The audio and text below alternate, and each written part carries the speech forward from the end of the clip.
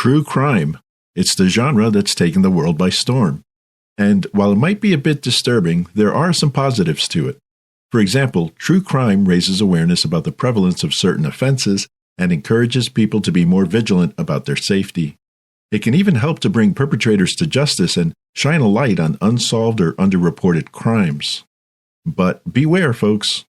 Some studies have linked exposure to violent content, including true crime, to increased anxiety, fear, and desensitization to violence. Experts also warn of the potential for copycat behavior, as some people may be inspired by the criminals they learn about and attempt to imitate their actions. And speaking of true crime enthusiasts, have you heard of Shay Groves? According to Lucy Paddock, a senior Crown Prosecution Service lawyer, this 27-year-old British woman's fascination with serial killers and true crime documentaries became an unhealthy obsession and might have played a role in the events you're about to hear. So buckle up, because we're about to dive into the horrific and perplexing case of Shay Groves.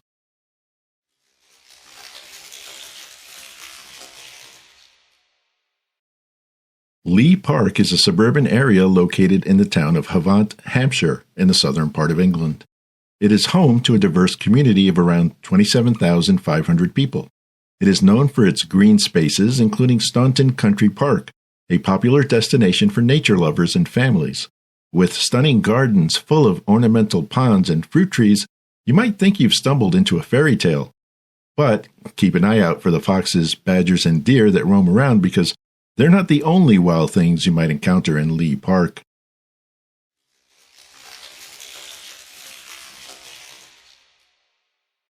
Shay Groves is a 27-year-old single mother from Lee Park, England. People who knew her describe Shay as a woman with a rough past, a nonconformist with a peculiar fascination with true crime and serial killers. As recently as 2019, Shay appeared as a typical happy mother baking cakes with her daughter in social media photos.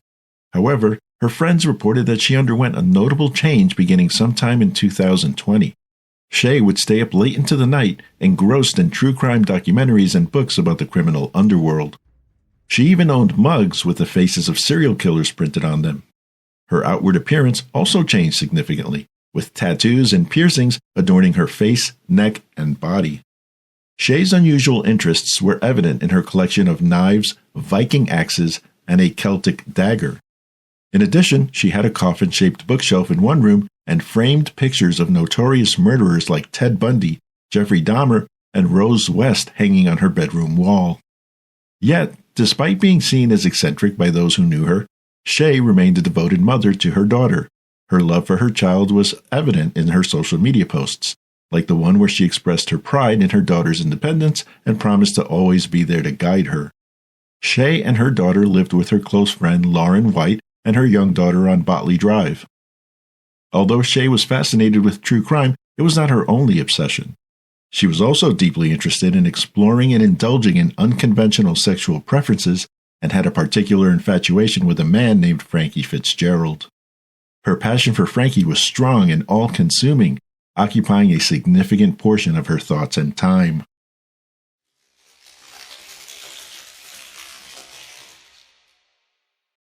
Frankie Fitzgerald was a 25-year-old resident of Portsmouth and the subject of Shay's obsessive devotion. He was the father of 2 small children.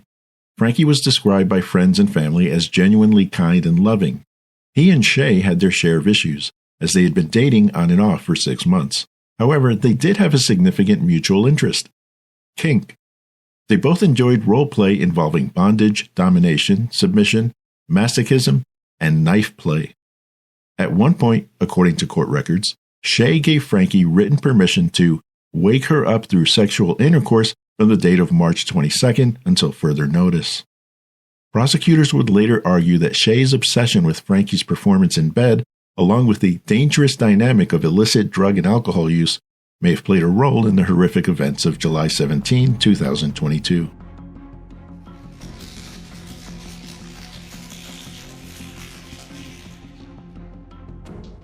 In the early hours of Sunday, July 17, 2022, a gruesome crime took place in the quiet neighborhood of Botley Drive, Havant. Frankie Fitzgerald was found dead in Shay's bed. He had been brutally stabbed by Shay. She did not call 999 for help, instead choosing to video call a friend named Vicky. But instead of sounding panicked, Shay was said to be giggling, as if she was enjoying the situation. Vicky described how Shay pointed the camera at Frankie's dead body and said, "I'm done with him." But why did she do it? And why was she laughing while looking at his body on video? During their video chat, Shay told Vicky she'd been looking through Frankie's phone and found he had messaged the 13-year-old girl on Facebook. As a result, she lost it. She reached for a dagger, which she kept under her pillow, slit his throat as he slept, and stabbed him in his chest 17 times. Shay then told Vicky she would clean up and bury him in the back garden. She ended the conversation by asking Vicky, "We're still friends, aren't we?" At that point, Vicky decided to notify authorities. The police service arrived later and noticed an incredibly strong scent of bleach from the doorway. Moments later, Shay, dressed in her robe, answered the door. Hello? You alright? Yeah. What's going on? Sorry, the dog. No. Don't close the door. What's going on? What's what? You Shay? I am Shay. Right. I've had some kind of strange, interesting call about somebody having had their throat slit. Okay. So what's going on here? No, that's, a dog, that's is it? my dog's, yeah. You're under arrest on suspicion of murder. You do not have to say anything, but it may harm your defence if you do not mention when questioned something which you later rely on in court. Anything you do say may be given evidence. The necessity for your arrest is for a prompt and effective investigation. Okay. Shay initially told officers she did not know what the fuck happened. "He's dead. He's in my room. It's a mess. It really is a mess. I still took somebody's life. The knife I used is in the sink. The cut on his neck is pretty brutal. When I put it in his neck, he rolled over." A post-mortem analysis would later find that Frankie had been stabbed 17 times to the anterior chest, twice to other chest areas, and 3 times to the neck. Shay initially told officers Frankie had attempted to hurt her and she acted in self-defense. Soon after discovering Frankie's body, police arrested Shay and her friend Lauren in connection with the murder. The initial charges against Lauren were failing to give investigators the PIN code for her mobile phone. She was later released on bail and was scheduled to go on trial for not disclosing her phone's PIN code to authorities. However, no further information is available about Lauren's status at this time. On the other hand, Shay appeared in court on Wednesday the 20th, where she was formally charged with murder. The magistrate ordered Shay to appear at Winchester Crown Court the next day. It was a shocking turn of events. 2 close friends, roommates, and single mothers were at the center of a murder investigation. The events stunned the community, and many were left wondering what went wrong. It remained to be seen what evidence the prosecution would present to support the murder charge against Shay. The case promised to be a complex and harrowing journey through the criminal justice system, and it was clear that many questions still needed to be answered.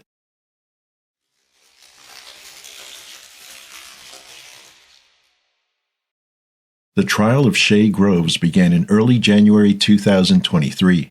In court, the prosecutor Stephen Perrion declared, "The defendant, by reading about and watching murder documentaries, was familiar with crime scenes, how to create a false narrative, and how to set up a false alibi."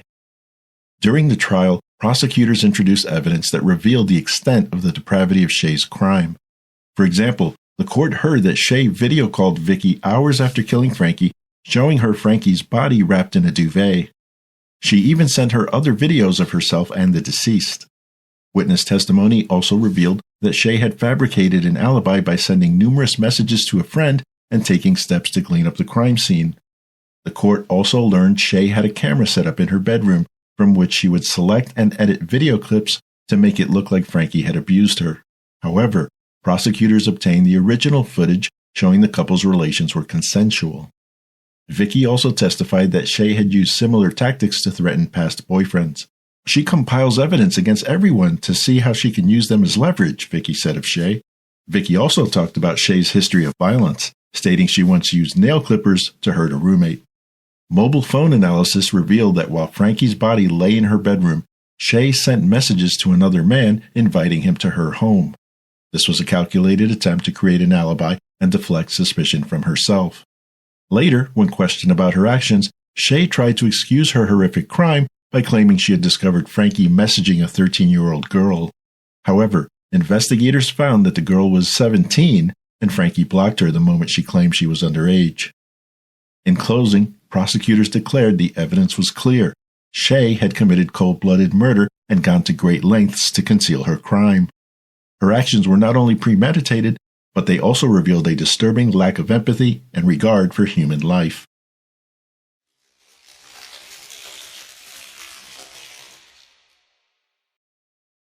Shay told the court her actions against Frankie were in self-defense. She said that after discovering messages between Frankie and what she believed was a 13-year-old, she threatened to publish videos of his alleged assault online. Frankie responded with rage, choking and shoving her. She told the court that she couldn't breathe and her vision was becoming blurry, so she grabbed the nearest object and struck him in the throat. She also told the court that Frankie had developed a cocaine habit and would often get really aggressive when he was high. When questioned about her choice of room decorations, she said she thought they looked cool and wanted to shock people. The pictures are from an artist on Etsy. They're not photos, they are art. I thought they looked pretty cool, and it's different. I'm also a massive Disney fan, but I wanted my bedroom to be completely different and to shock people. Further, she described herself as a pagan and explained that the Celtic dagger she owned, allegedly used to stab Frankie, was intended for her rituals, adding that it strengthened spiritual connections.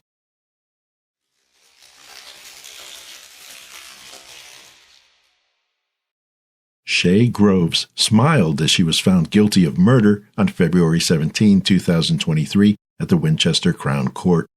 The verdict from the 11 jurors, comprised of 7 women and 4 men, was unanimous. In contrast, she showed no emotion 5 days later as she was sentenced by the court to life in prison with a minimum term of 23 years. A statement released by Frankie's family said, "Frankie was a loving father, brother, and son. He was the light of our lives, and we will miss his kindness, his happy smile, and the fun person that he was. Frankie had a large amount of friends and family, and this news has left us all devastated." After the sentence was passed, members of the press assembled outside of the court to hear a statement by Detective Chief Inspector Rod Kenny.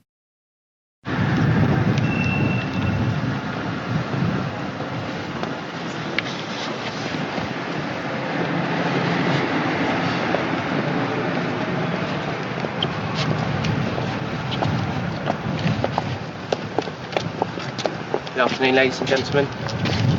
My name's Rod Kenny and I'm Detective Chief Inspector with Hampshire and Isle of Wight Police, and I'm here to read a brief statement after sentencing today.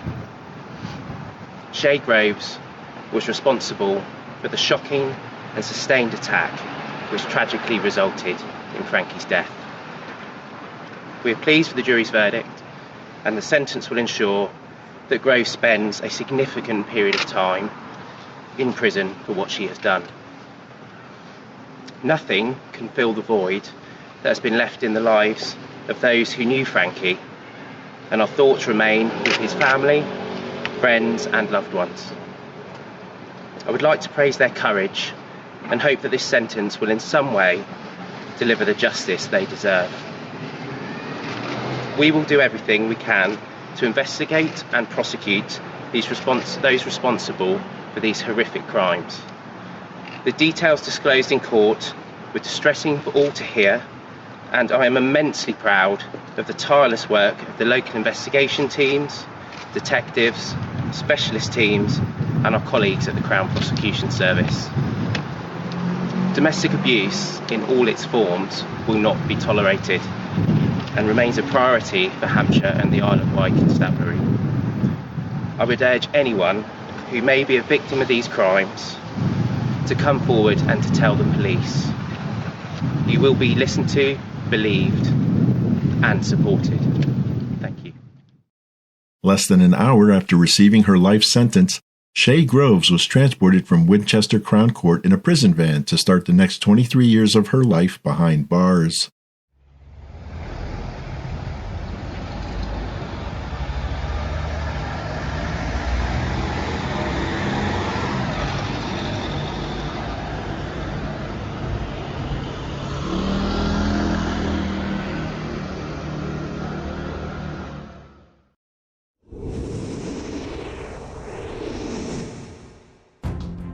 Shay Groves, who had glorified the serial killer Rose West, among others, by displaying their image on her bedroom wall, would experience a cruel irony when she was sent to prison by the same court that had previously sentenced West. This final twist of fate added another layer of tragedy to an already sad situation. As Shay was transported to prison, she likely contemplated the irony of her predicament, possibly even realizing the disturbing nature of her admiration for a convicted murderer. Nonetheless, she was now forced to confront the reality of her choices and the punishment that awaited her. What are your thoughts on this case? Do you agree with the English prosecutor's assessment that Shay Groves' fascination with true crime became an unhealthy obsession that somehow contributed to her actions on July 17, 2022? Or do you view Shay as an eccentric but everyday person who snapped at the thought of her lover messaging someone else? As usual, feel free to share your thoughts below.